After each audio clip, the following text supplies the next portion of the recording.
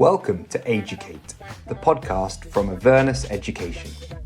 Join us as we delve into the world of education, leadership and innovation, giving listeners fresh ideas, inspiration and unique insights. Whether you're a student, a parent or an education professional, our podcast offers a valuable opportunity to learn from the best and stay informed about the most pressing issues and debates in the world of education. Connect, tune in, AEducate.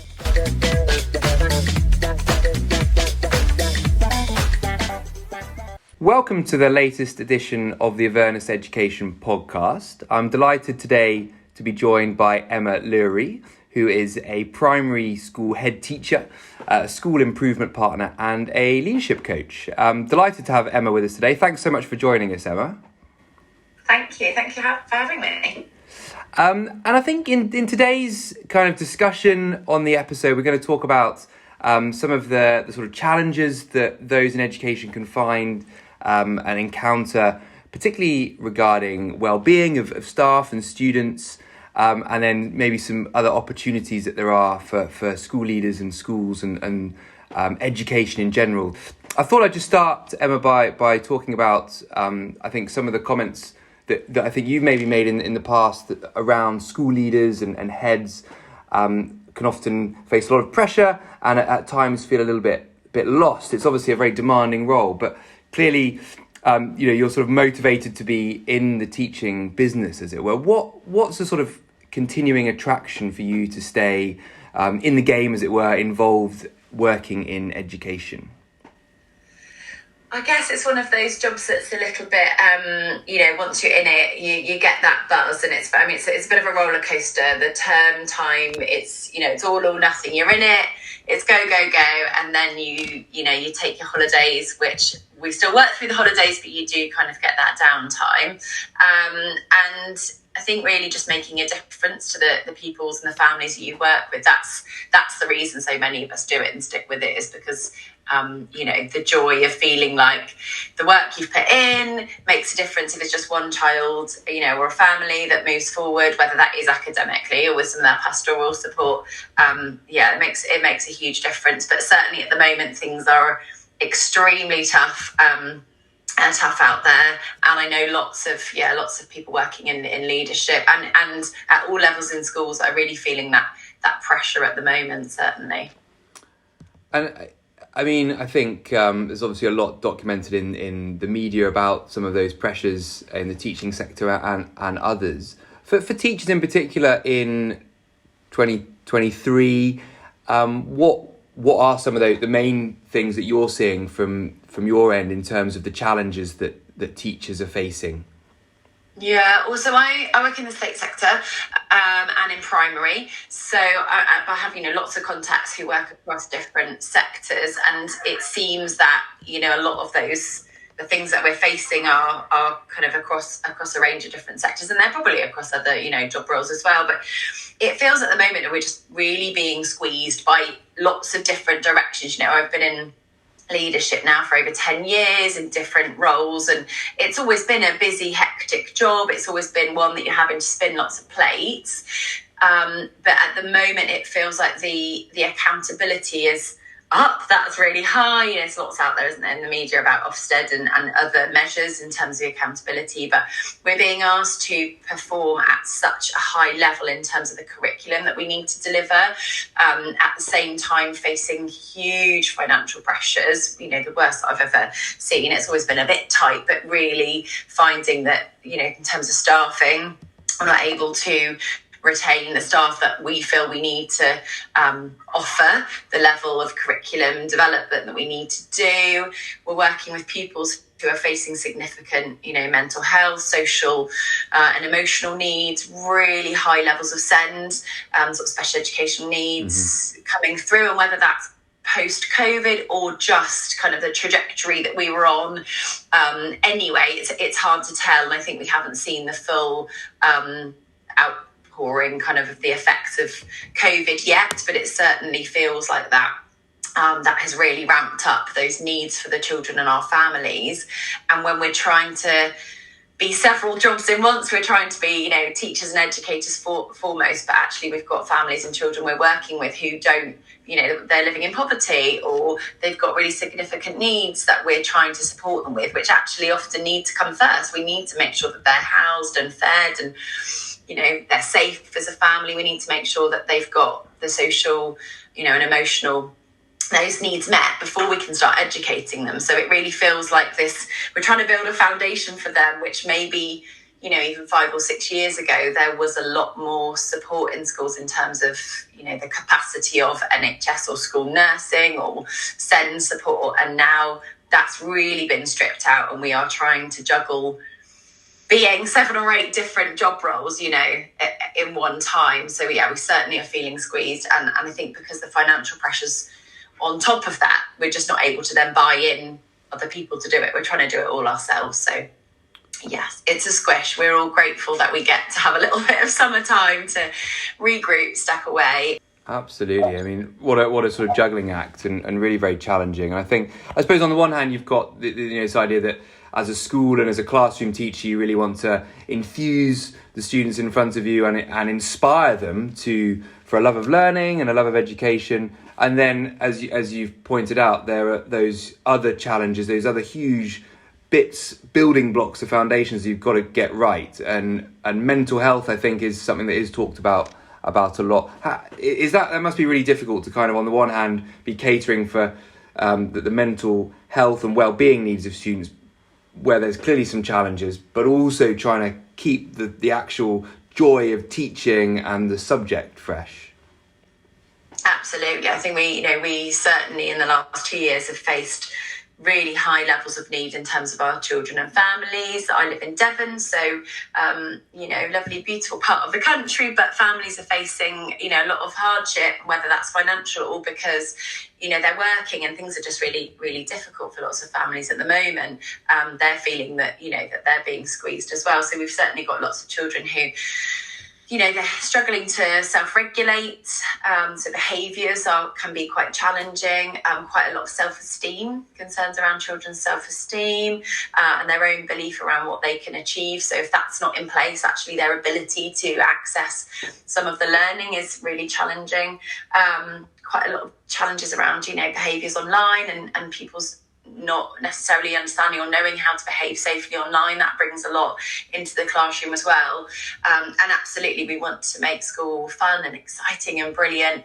The current curriculum, gives us some challenges with that, because there is so much in it, and we are expected to, cram all of this knowledge. It's a very knowledge-based curriculum that we're being asked to teach at the moment, which absolutely, by all means, lots of it is really fascinating. Mm-hmm.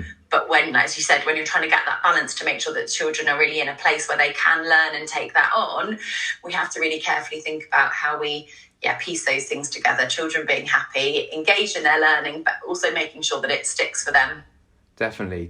And I think some of the parents that might be listening to this podcast, I'm sure, can relate wherever they are around the world to the challenges of particularly self-esteem and screen time and the digital world.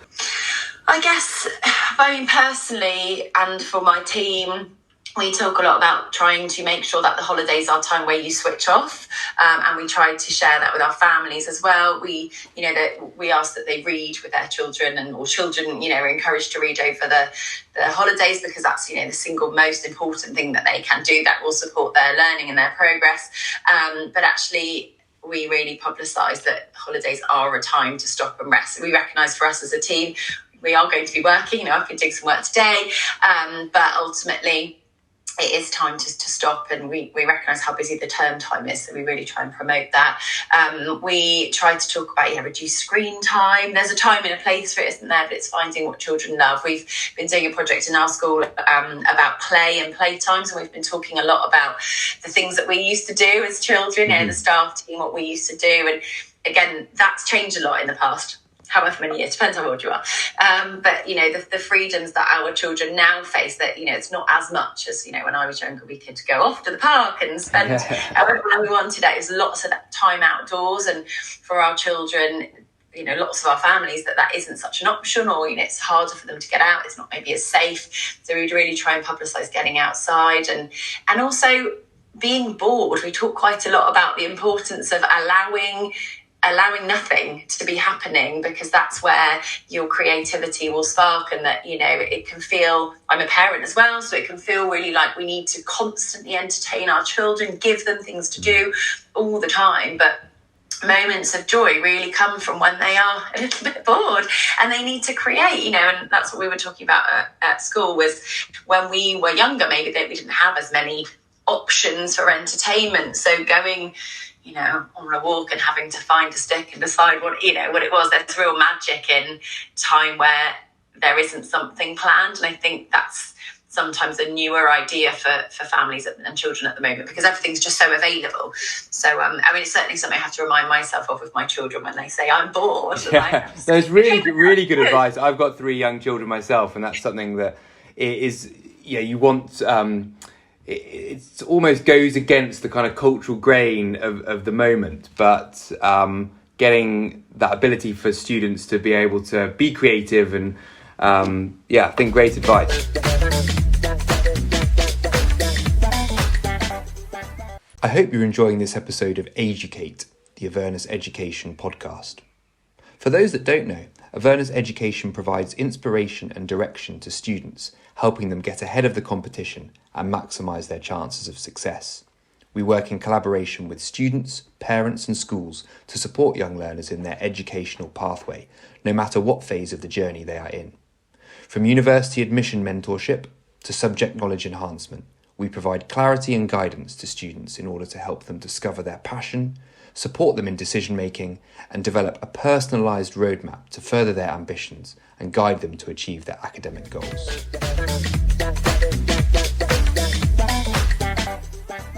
There's real power in recognising, we've done some work on sort of uncertainty and times where things don't go the way you want. I don't know if you're familiar with the work of Sam Conniff. He talks a lot about uncertainty, and there's so much research out there that our brains, when either things are uncertain or unplanned, that's when our brains really kick in. All of the creative parts of our brains light up. And so, my children get quite bored when I'm saying, well, being bored is really good for your brain and it will work really hard. I certainly find in school that children aren't very used to, having free blocks of time. And I think that's driven because our curriculum is so squashed. There's so much we've got to fit in.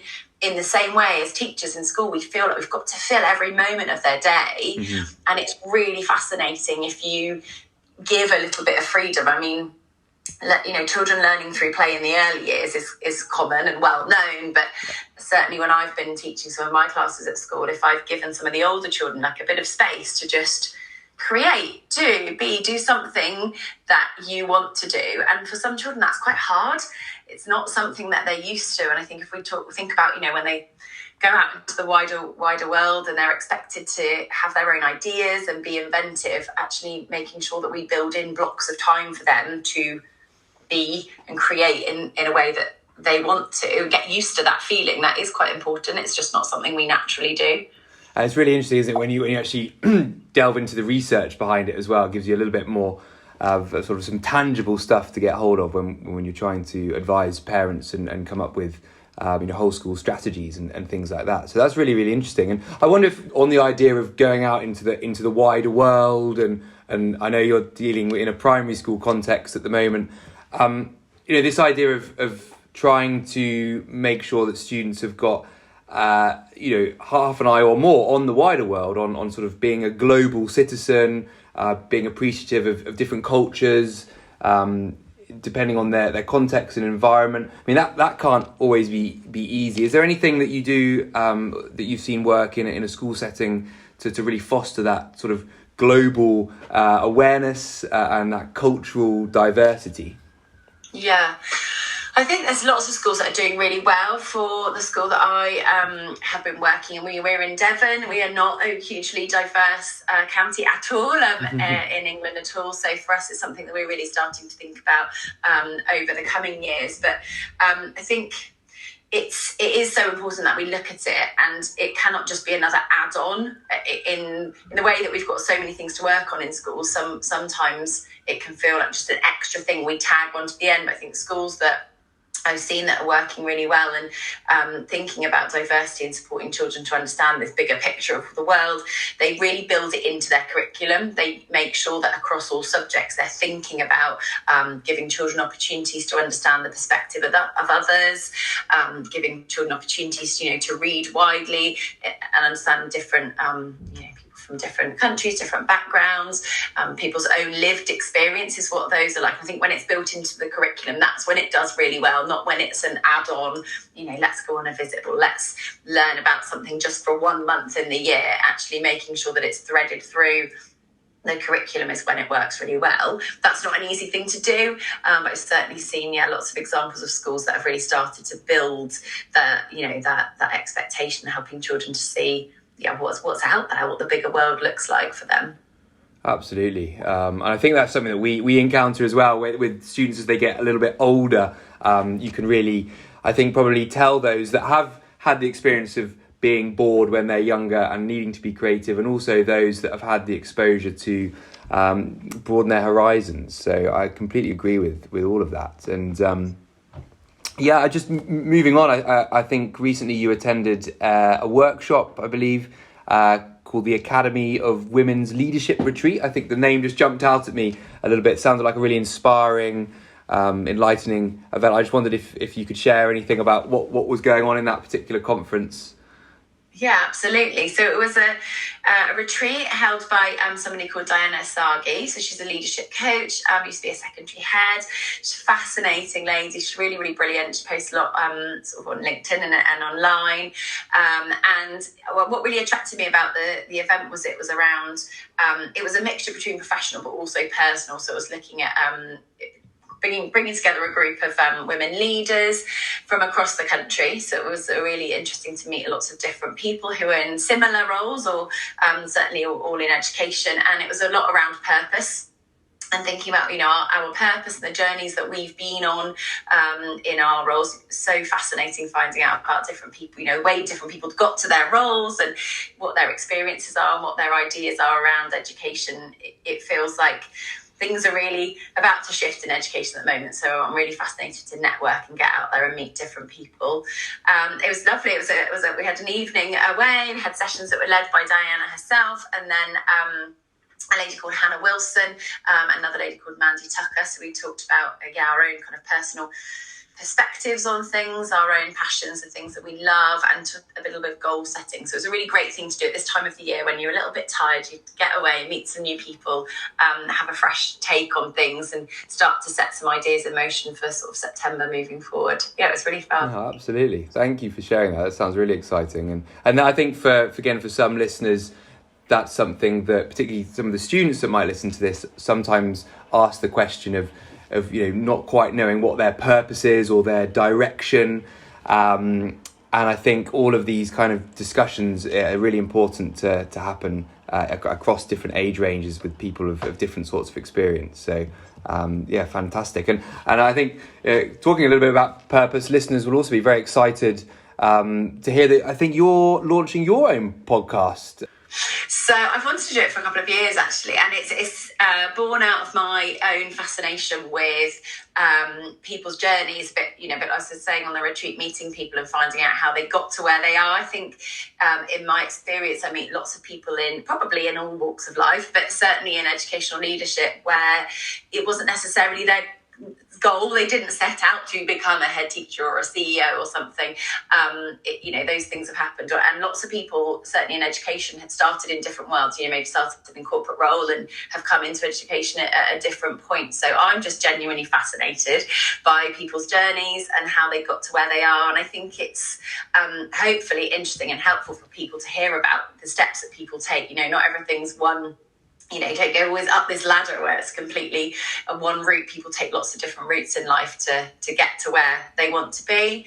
And where we want to be often changes as well, doesn't it? We think we want one thing and then it changes. So yes, it's going to be called Stories of School Leadership. And it's interviewing leaders from a range of different settings, educational settings, to find out about their journey, what inspires them, and their kind of ideas for the future. Stories of School Leadership. Very exciting. We will look out for that and await the first episode with much excitement. And best of luck for the sort of launch of that. And I suppose just on that subject of sort of taking different directions and finding inspiration and being prepared to be knocked in different ways, it's sometimes important to draw on the work of others and I think get some inspiration from others in the field. And I think I've seen you draw a fair bit on the ideas of an author called Simon Sinek, I believe pronouncing his name rightly, who founded a company called the Optimism Company. And I've looked at some of this work as well. It does seem really quite powerful for our moment in time in particular. Was there anything that attracted you specifically to his work? Anything that resonated with you especially? Yeah, I've read a few of his books. I do. His TED Talks are really interesting as well. I think the first one that I looked at was around find your why. So thinking about purpose and what you want. And I think how he goes about it, he very much thinks about what is it that you love, what do you enjoy doing, and recognising that everybody has kind of this one special thing that they are here and they are able to do, which I find really fascinating. I was really lucky with a group of friends to have a go at doing the exercise around finding out, what it is that's really different and special about you. That was really enlightening. So yeah, his work is just, I find it really easy to listen to. I tend to listen to a lot of audiobooks, which is really fab and always rings true. It seems like kind of simple advice, but it makes sense, and he backs it up with some of the science, which makes me feel like that's really believable. And I also read his book called The Infinite Game, which is really fascinating. Again, I think for people in leadership, he talks a lot about how, it's not always just about this, we've got to get to this point. It's about seeing that things will carry on. So whether you continue in a job role or, we're not always just trying to get to this point. It's about being part of something bigger, and everything that we're building, we're putting back into that role. And over time, when I've moved on from different roles, that's really helped me to understand this idea of, if you move on from something, that's not just lost. You've created a bit of a legacy, or you've learned from it. It moves on. So yeah, I find his work really interesting. Some great bits of advice there, and if we can just end with maybe some of your own advice to our listeners, particularly some of the students that might be listening in different contexts. I suppose just generically, if you could give a young learner 3 top tips, if you like, to how they could maximise their education, no matter which stage of that journey that they're in, what would be your 3 top bits of advice? So I think when I was at secondary school, I didn't really know what I wanted to do. And one of my teachers said, just choose the subjects that you enjoy and do well in. And that massively stood me in good stead, in the sense that I managed to pick things that I enjoyed, I was fascinated by. They were all quite separate, didn't seem to make any sense, but worked really well going into education, because it's about a level of learning, isn't it? So I think finding something you enjoy and not being afraid to follow that as a passion, whatever that is, because if you love it and you enjoy it, then that's going to be the thing you want to get up every day and do. Life's too short to not find something that you enjoy. So yeah, choose something you love or you enjoy it or you're good at, and follow that through.